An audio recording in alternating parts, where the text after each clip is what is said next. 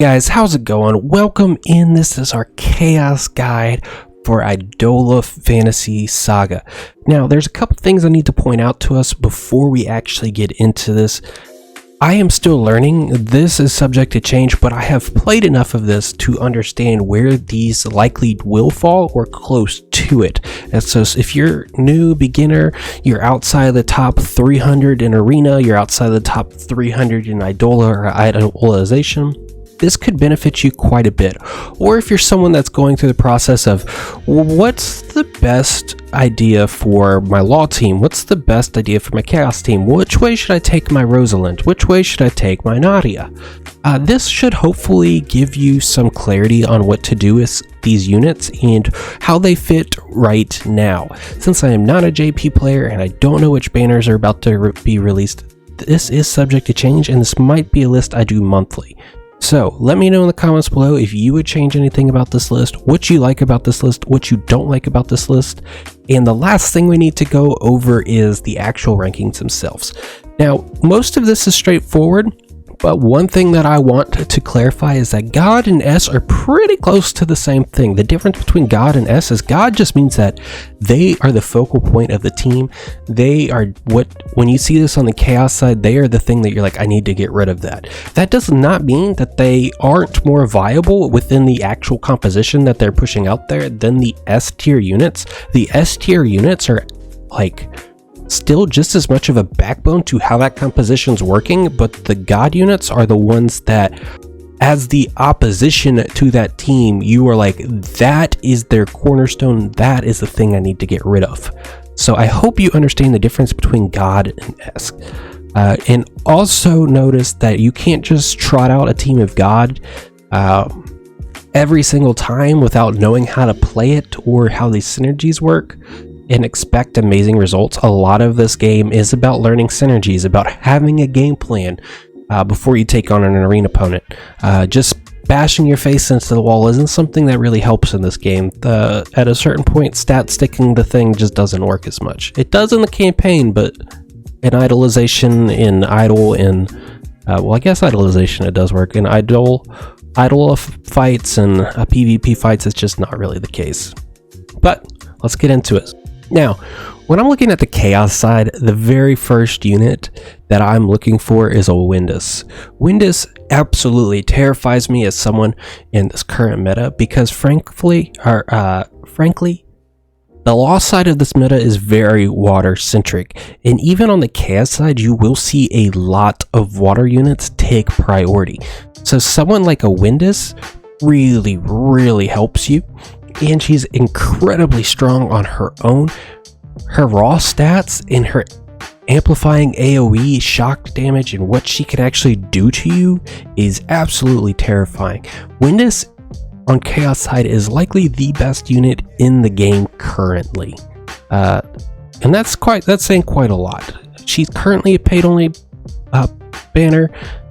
She's currently a paid-only option. It does seem likely that we're going to be getting her banner released here shortly, but it is what it is for right now. So Windus on Chaos side is the most terrifying unit in the game, and then I'm going to follow that up with Jasper on the Chaos side. For a lot of the same reasons, Jasper offers a tremendous amount of damage output, and him being the wind element can really be terrifying for you as a law user, or even, as you will see here in a second, the rest of the chaos units fold out. Jasper can do a lot of damage either way. And for that reason, if you see Jasper in a lineup, you're likely wanting to get rid of him first. After Jasper would be Anna Marie. Anna Marie is such an intricate part of these rankings because Anna Marie is not only just utility but also DPS. She can burst down individual units like just about as well as anyone in the game, especially if you're evolving her EB. She can be a menace. On top of that, she is raising your team's statistics in terms of attack and reducing their cooldowns. If Anna Marie can get the mana generation off to perform at her highest ability, or she's flipping over in a reverse rush with a ton of mana, you're in for a lot of hurt against her. So she's definitely someone that you're focusing down. She probably is going to be after Jasper and Windus, but it depends on your composition. If you have a lot of air units on the side that's attacking her, yeah, you're going to be taking out Anna Marie before the other two. But that's what it comes down to. Now, the next unit is going to be Flamey. Flamey is a little bit interesting in that she is a fire type and a supporting type. She does quite a bit of work if you leave her alive in terms of increasing her side's critical abilities, doing decent amount of AoE and healing. So if she wasn't a fire type in a water-centric meta, she would be a lot higher in terms of the god tier list. She would probably be above Jasper if she was a wind element. But how it sits right now, she kind of is someone that you obviously are going to prioritize, but is someone that you can easily take down given her fire element and the priority that the rest of the meta has on water units. But she's still a god tier unit. Now, next we're moving into the S tier. These are units that you will likely see round up many of the chaos sides. They offer a tremendous amount of DPS and support and utility, and frankly, they can be terrifying if they're built correctly and used appropriately. The first one is Likin. Likin is similar to Flamey. He suffers in that he's a flame unit, but at the same time, he does a tremendous damage output.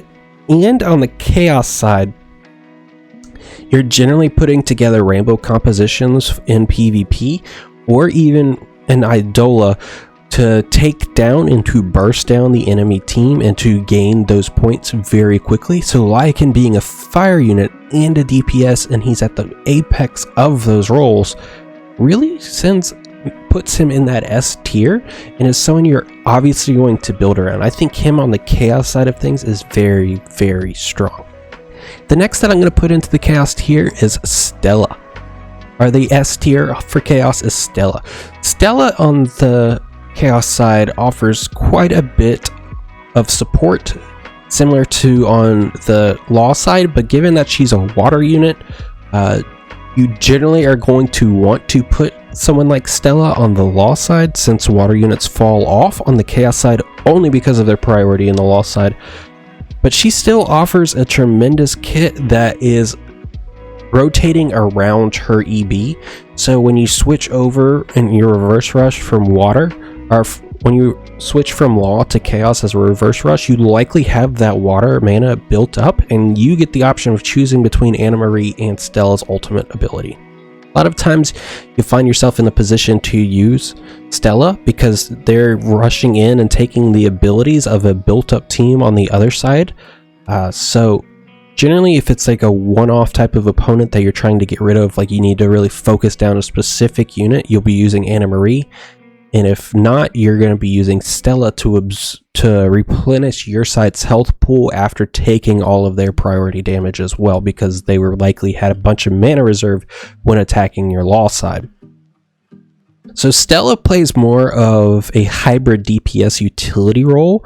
On the chaos side, she isn't your primary carry like you might see her on the law side, and a lot of that has to do with the mana generation of the law side being more rainbow centric compared to the law side, which can generally be seen as more of a mono element, or at least how I've seen it play out as more of a mono element. The next one I want to point out is Rainier.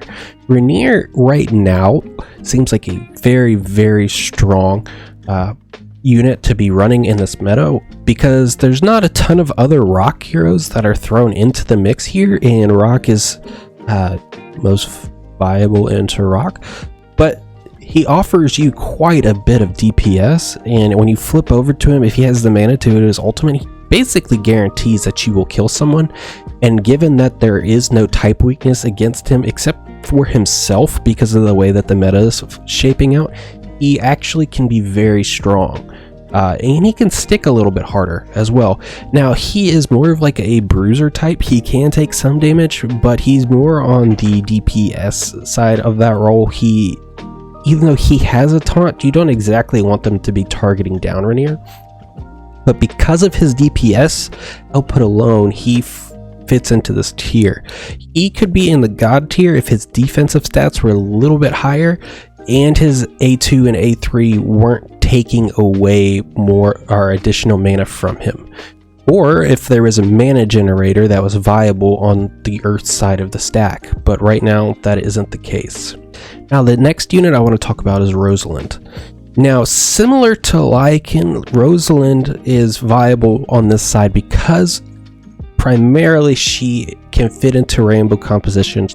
She can be a very tanky unit that offers protect and taunt, which actually they're the same thing in this, but she's offering you the ability to absorb a lot of damage and to increase her own defense while doing a significant amount of AoE damage. If you're leveling up her EB and you get the option to transcend her, she can be really strong. And currently with this summer event going on, you can get that summer symbol and start leveling it and putting it on Rosalind, and she can be a mighty powerful tank because that is primarily HP and defense. And so she can stick into this chaos side very well with her AoE burst damage and her ability to tank up more things. Definitely has priority for Rosalind on the chaos side compared to the lost side. Now next for me on this ranking is going to be Popo Puddin, also really named Popo Purin, but I call her Puddin. Thanks Obi for that one. I am more than likely only going to be running her on the lost side if I have to choose between the two. But her being a wind element is still really strong. You could go a mono wind element on your chaos side and put out ridiculous amounts of damage and healing. And since she's such a strong mana battery, you'll be getting mana like crazy for your wind units to be teeing off. Puddin is always a very viable option just because she is a mana battery. She doesn't really do a ton in terms of helping protect your team or even doing damage, but she is feeding mana into your most prominent characters, and she just acts as a battery, and that's super strong right now. The next one I want to put in here is Walther. Walther, depending on which website and game you're playing, version of the game you're playing, is very strong. He is probably the second tankiest unit that you'll see listed here, and he can offer a considerable amount of freeze control, and as a chaos, when you hit him, who also taunts the opposing team, he can offer the ability to freeze them. So he's forcing them to attack into him, and he has the ability to freeze them on top of doing freeze damage himself when he attacks. He is a very viable unit to run. It's just that he doesn't fit into the god side of things because he generally doesn't find a place in this specific meta, because you're not really looking for this amount of staying power because he doesn't bring the burst damage along with him like Rosalind does. So if you wanted to do more of a sustainable build with him, Puddin, Stella, and maybe another DPS like Windus or Jasper, you could have a very strong mana generating DPS side on the chaos side of things, but generally you're going to be running your stat sticks onto chaos side, your Anna Marie, Stella, Likin, Rainiers, Jasper, Windus, those type of names is what you're most likely going to see on the side, but you can make some very viable comps using Walther on the chaos side of things. The next I'm going to talk about is Quanah.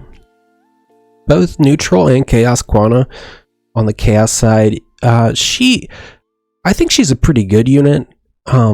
She is slightly underwhelming, but she does offer you enough utility and healing to be in the S tier. You will see her played out in a ton of chaos teams because she can make everything viable, and because she is giving health regeneration and a decent moderate attack to her. Oh, hey Luna. A moderate attack to her. She's falling down on your opponent's priority list to take out of the composition, and every turn cycle or every round cycle that she stays alive, the more value she has gained for your team. So she falls into the S, but if she was to be targeted, she would probably be in the usable or replacement level, but since there are so many more priorities over her on the chaos side, she gets enough staying power to survive through.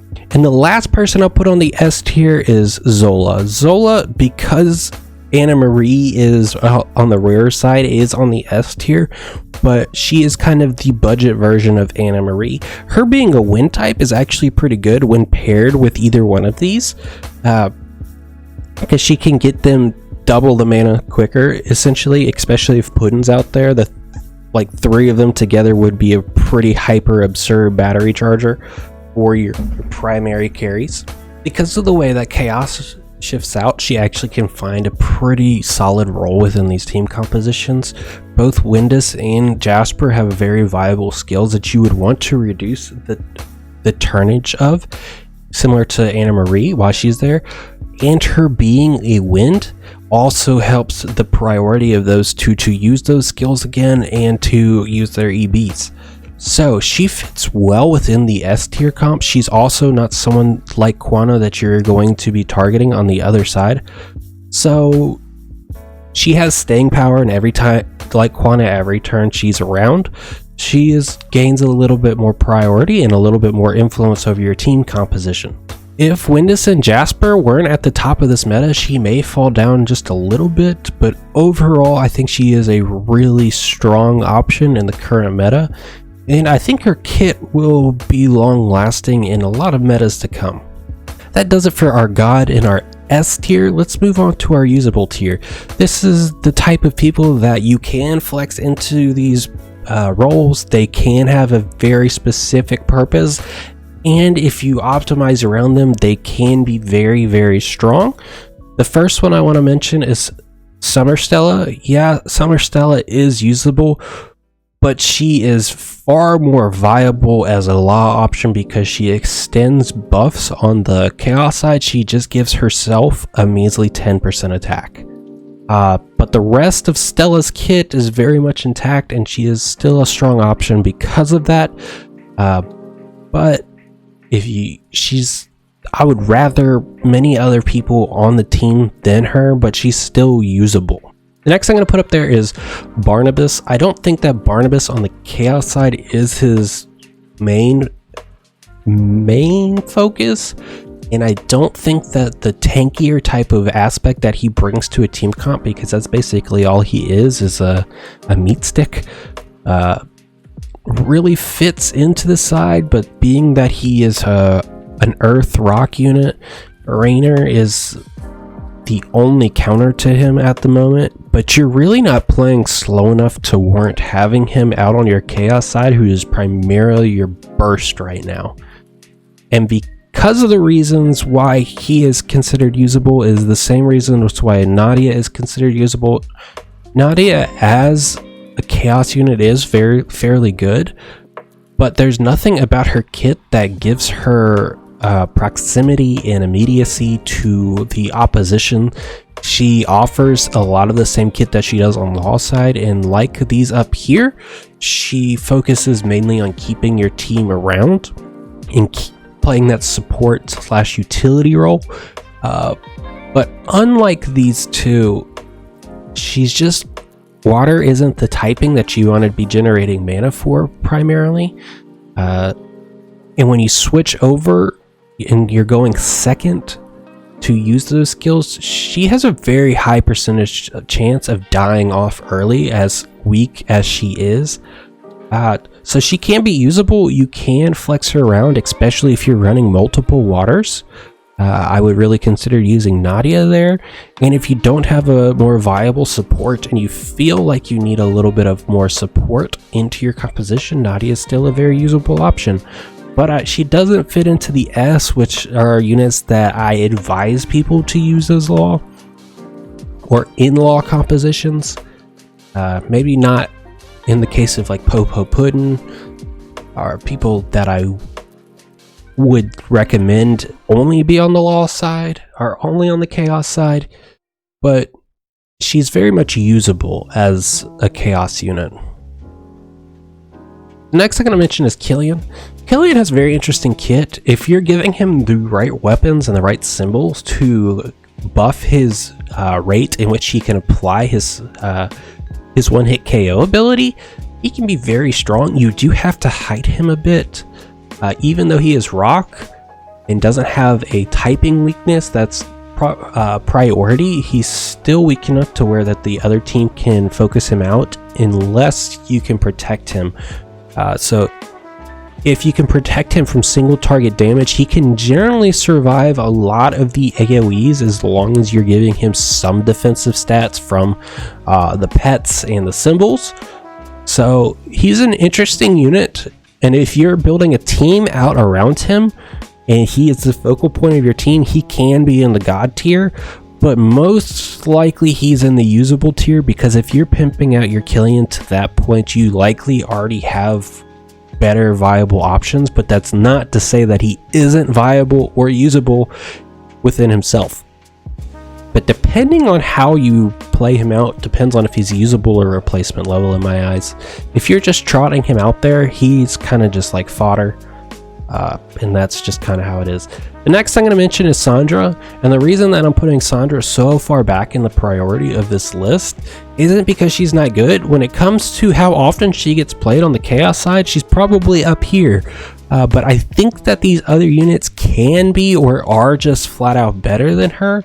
But given her typing and her skills, she's best played out as a chaos side in my opinion, and she's pretty viable as a chaos too. There are definitely better options. Her being a fire definitely hurts her in this meta, but that's not to say that she isn't a good unit, and if you have her and you don't have better options, that you shouldn't be using her.